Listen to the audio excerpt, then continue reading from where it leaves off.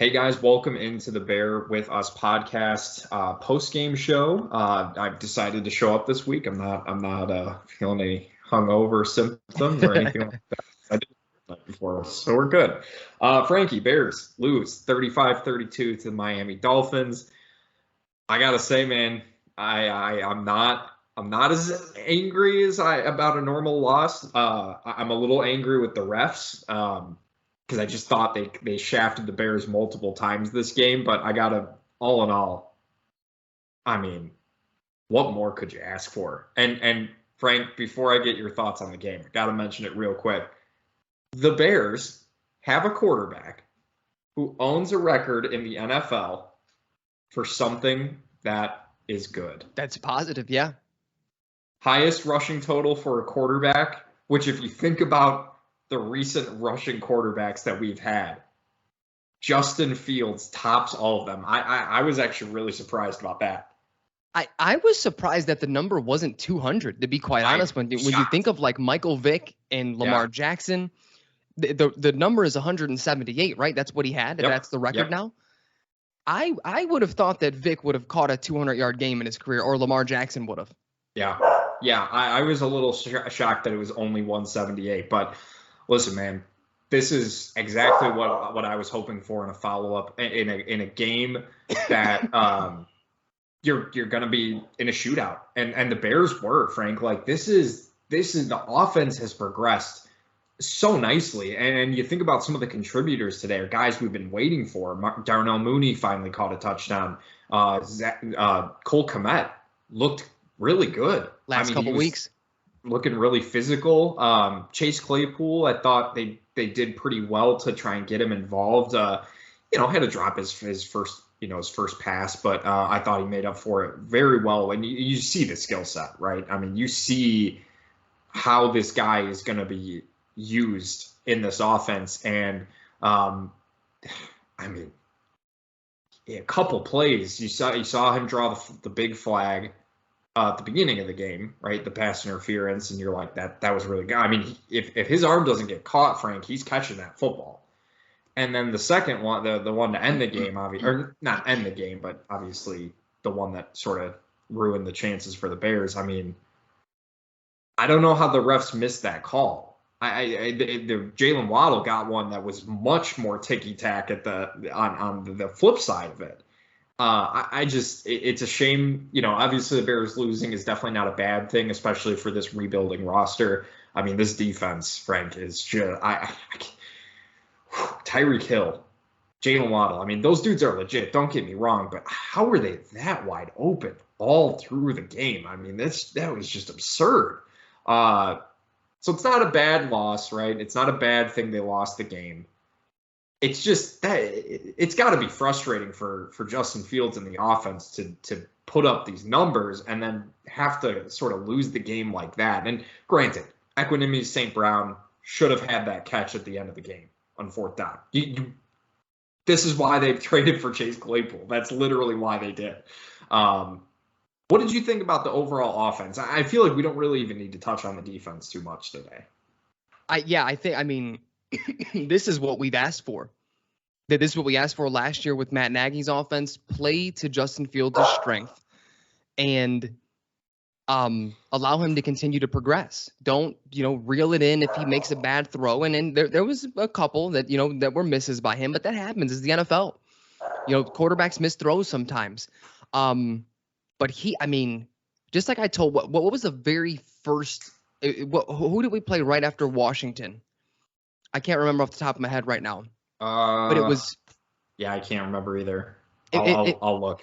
It was that game that I told you he looks way more decisive. And we're starting to see that more and more. Like that internal clock is right where it needs to be. His ability to extend plays has always been phenomenal. But now it was fucking like 3rd and 17. And here I was ecstatic in my living room with my wife looking at me like I was crazy because I celebrated him throwing the ball away. Like it's little things like that, right? Like, it was the Patriots. The Patriots game. I was like this. I mean, that's what we need.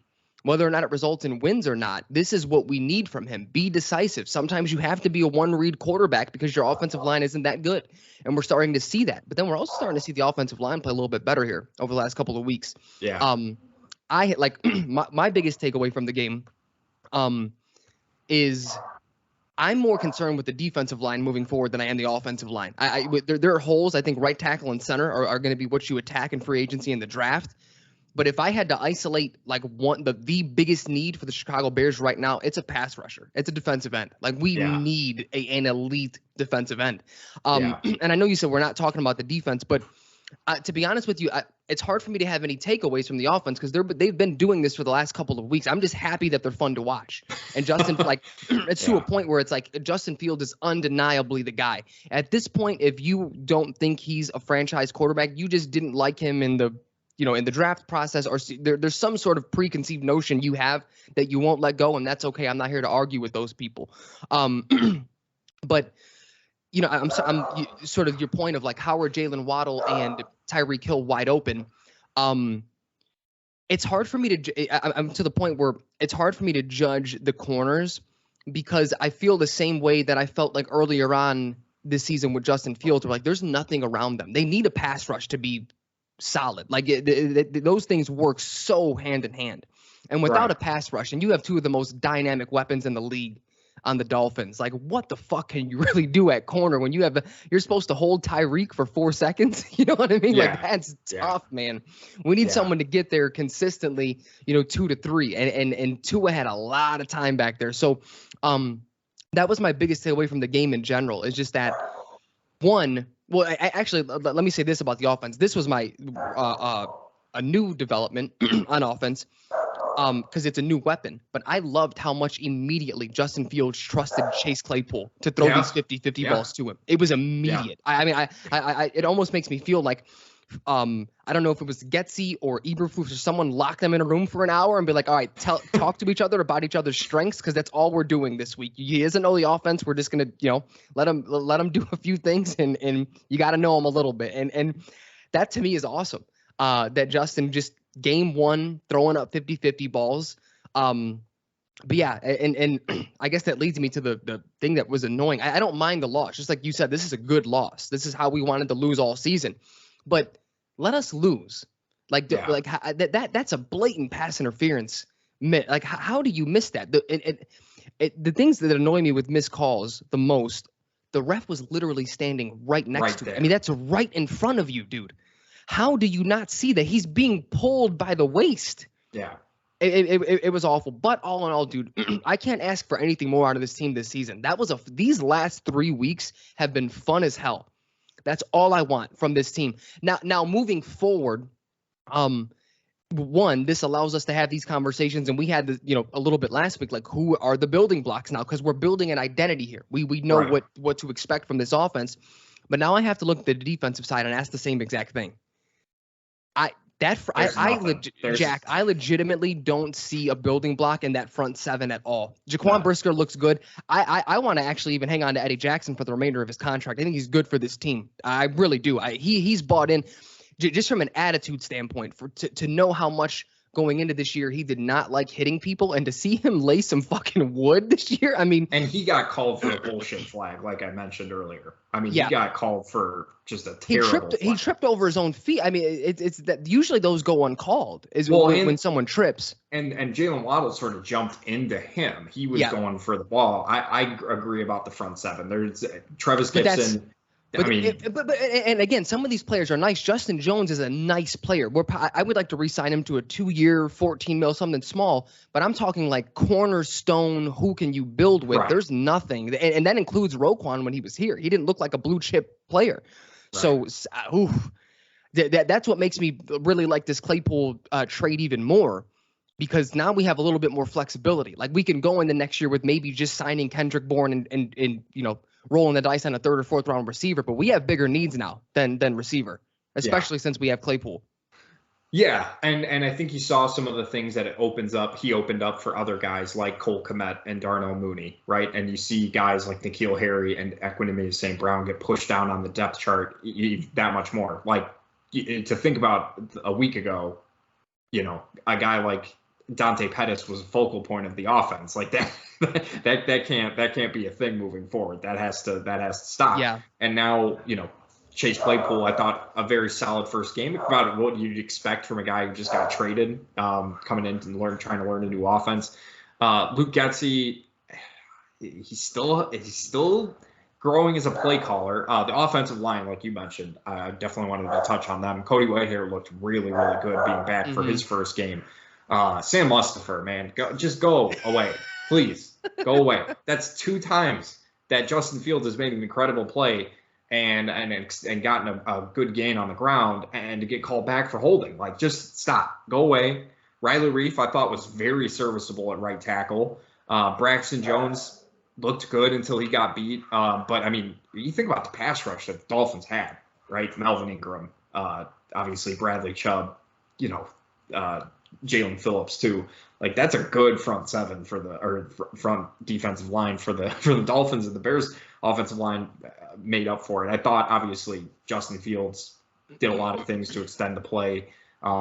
He just looks so much more decisive, more comfortable. Yes. You see him really growing into this offense. And, Luke Getsy still has those series where you're like, dude, what are you doing with the 4 bubble screens in a row? I was texting Frank about. I'm like, dude, what are we watching? Why is this? I hate that play more than any other play. And Luke Getsy was like, I'm gonna make you watch it 4 times in a row. Well, I had tweeted. I was like, is it National Bubble Appreciation Day today? Like, what are we like? If that's the case, do your thing, Luke. But yeah. What the hell was that drive? It was. But we did wind up scoring that drive though, which was a little weird. They did, yeah. And what I really loved, and this is just the thing that, I mean, I've grown to really appreciate Luke Getsy for as a play caller.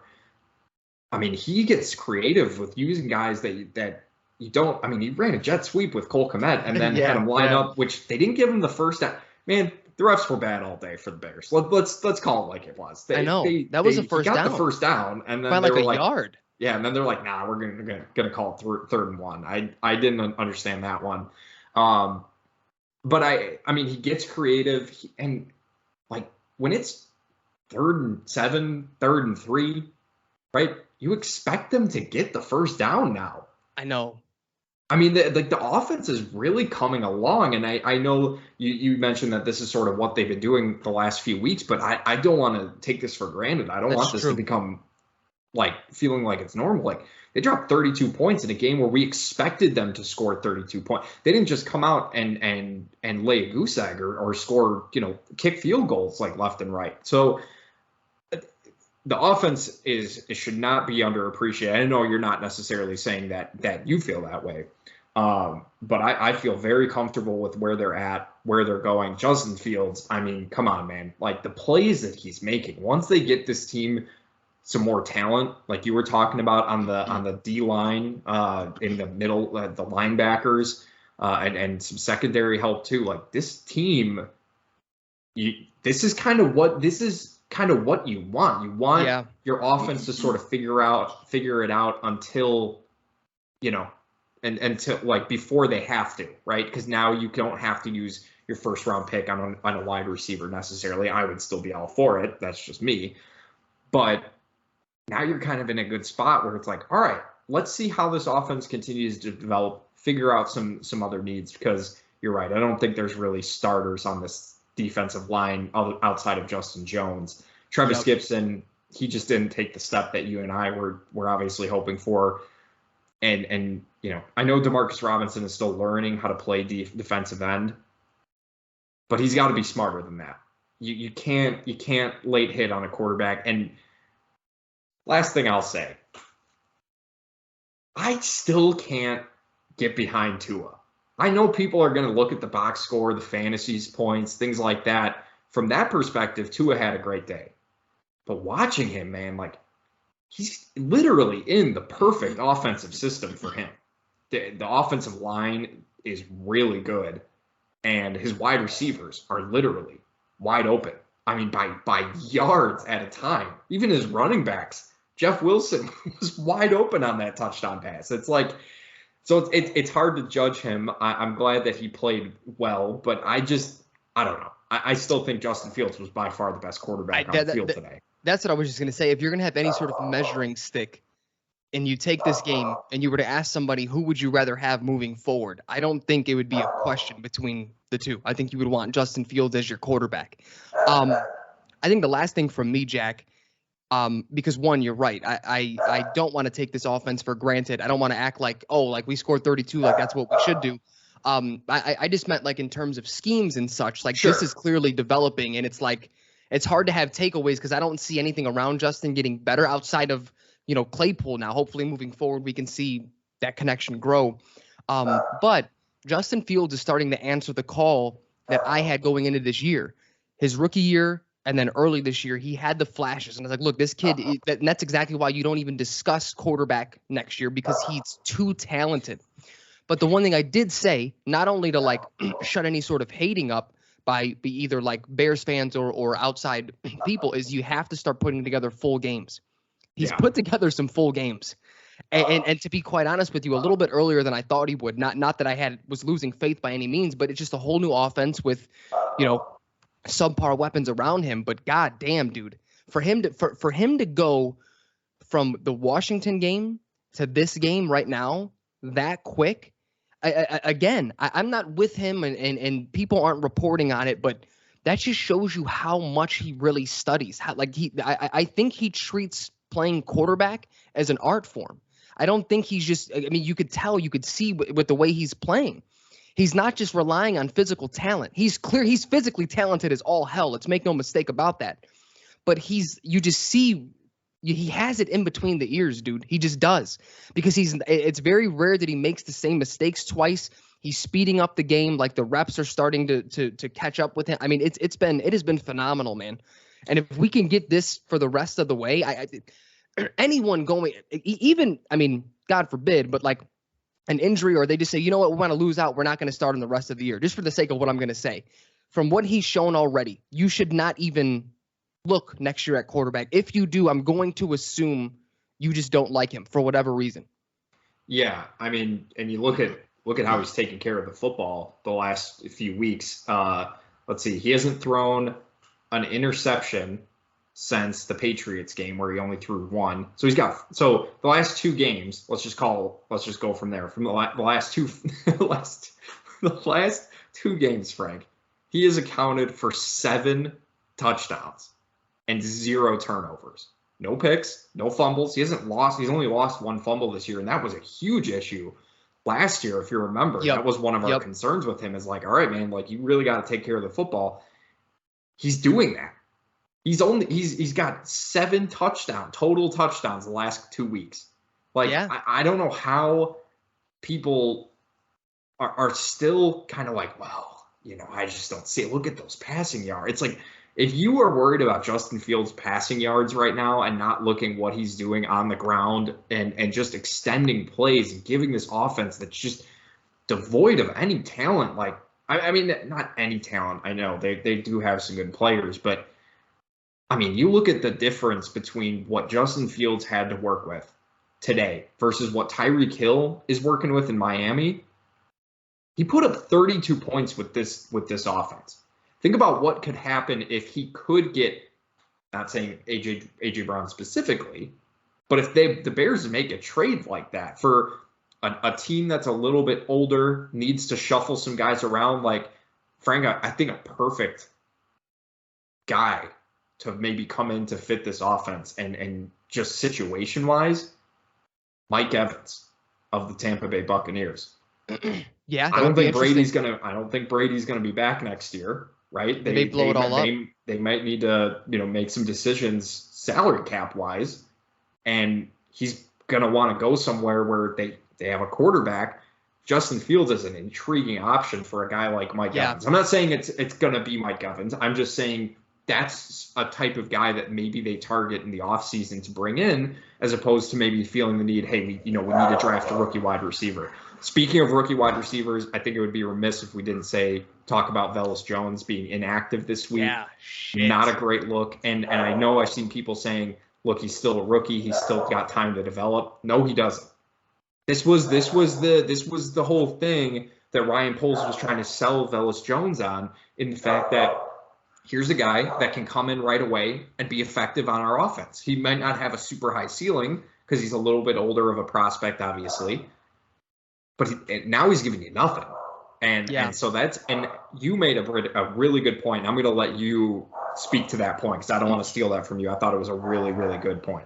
Yeah, and this is as soon as I saw it, you had actually texted me, and I had a friend text me as well. They were like, "Oh shit, this isn't good." And I was like, for the draft pick itself, this is horrible. You want your third round pick to contribute to this offense or even special teams. He was the punt returner for a while, and that was clearly, a huge bust in and of itself. But I think the biggest positive in this, and I don't think this is me looking for a positive in this situation. I think this is a good trait for any regime to have. They're not just going to continue to trot underperforming players out just because where they got picked. That's a great sign. They know he has been underperforming. He has not played well. You're not going to play that. I don't care if I took you in the second, third, fourth. Like, it can't happen. It's unacceptable. And I love that, because how many times, it's not even exclusive to any Bears regime. We've seen this with numerous teams. You just continue to trot guys out there because of where you pick them, and then you wind up fucking yourself. And so to me, that's we'll see what it's like moving forward. Maybe there's context to this story, and like what I said doesn't even matter. Maybe it's a personal matter, but we haven't heard anything. And the fact that we haven't leads me to believe they just said you're not good enough right now, and you're just going to be inactive.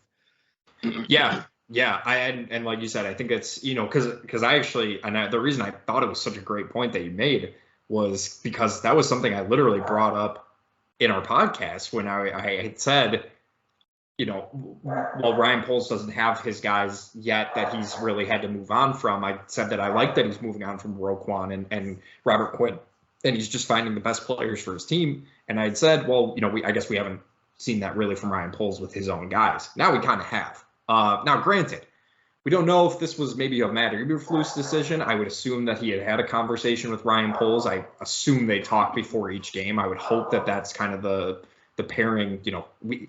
The problem is the Bears have been so secretive over the years. We just don't really know how anything how anything works on this team.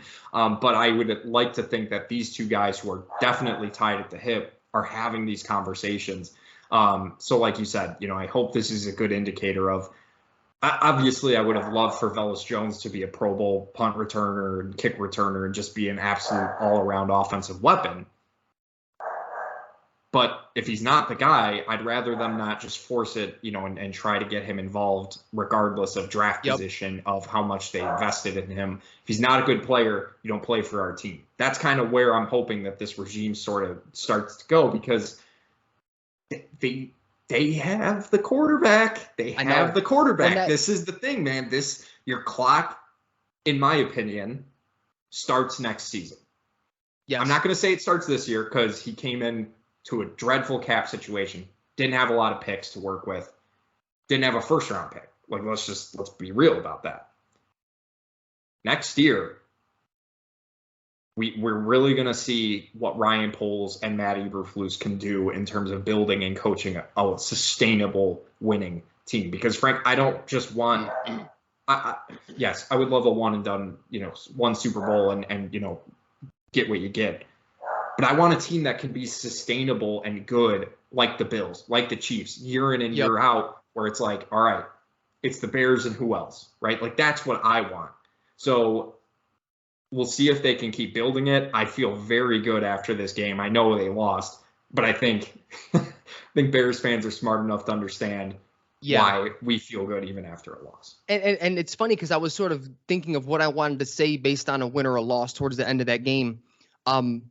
This is why winning and losing to me doesn't matter, because we have the guy at quarterback, and we weren't expected to do, like, this wasn't a year that we thought, we had a real shot to make a deep playoff run. So even if Justin Fields pulls that off at the end, if EQ catches that, there's a few more good plays and we score a touchdown, I'm not rooting for a loss either. Like, I don't care. It's about visually. If every game, let's say our record was flipped and we were 6-3, but every game looked like the Texans game, would that be a successful season to you? No. Or if every game looked like it did last year, where you're winning games, but you're like winning without a future. You're winning with Andy Dalton. That's my point. That's the whole point. I would rather, granted, just like you said, I would rather win the Super Bowl every fucking year, whether or not what it looks like. But being realistic, that's not how it works. You have to have your guy at quarterback. We have him, man. And I just want to continue to watch him grow and I mean, we're gonna have a real conversation in the offseason, I think, as to who's the best quarterback in this division. With or without Aaron Rodgers being in this division, dude. Yeah. I mean, right now, I think you know our answer, but I'll be curious to see what other people are saying, especially after some games that took place today. Yeah. But I mean, super encouraged. Obviously, would have liked to have gotten the win. I just obviously draft pick wise, the loss doesn't hurt in that sense. But sometimes these wins against teams that you're just not expecting to beat during season, like 49ers, that was a good win. I thought the 49ers might be pretty good. They do look good now, obviously, but that was just a kind of more of a toss-up game. During the season, when teams are established, the Dolphins have, 2,000-yard receivers already? Like, if you beat a team like that, and you do it in this way, dropping, being able to score 32 points, et cetera, you feel really good. And you sort of, those are types of wins that you can build off of. And I wouldn't have been as mad if they won, because it was just fun, right? This is literally, if you've listened to the Bear With Us podcast or the Corked With Us podcast previously, at any point in the last couple of years, you know that Frank and I have literally only been asking for entertainment at this point. Yep. We know they're going to be bad. We know the roster probably isn't all that great. But just entertain us. Give us something to watch. Give us a reason to tune in. And the last 3 weeks, I mean, the Bears have done exactly that. It's been great. So we'll continue to see what they do next. I'm going to take a look real quick because I want to make sure that I get it right. I believe it's a division game next week, right? I'm going to look real quick. Is it Detroit? I know we have. It is the Detroit Lions at home. So could be a good. It's a winnable game. Could be a very winnable game. We'll kind of see what happens there. Obviously, Frank and I will do our normal podcast this week, and we'll give our breakdown for that. We'll also review some of the games that took place, give our Week 10 picks. And Frankie, I'll talk to you then, man. Absolutely. Later, Jackie. Later, everybody.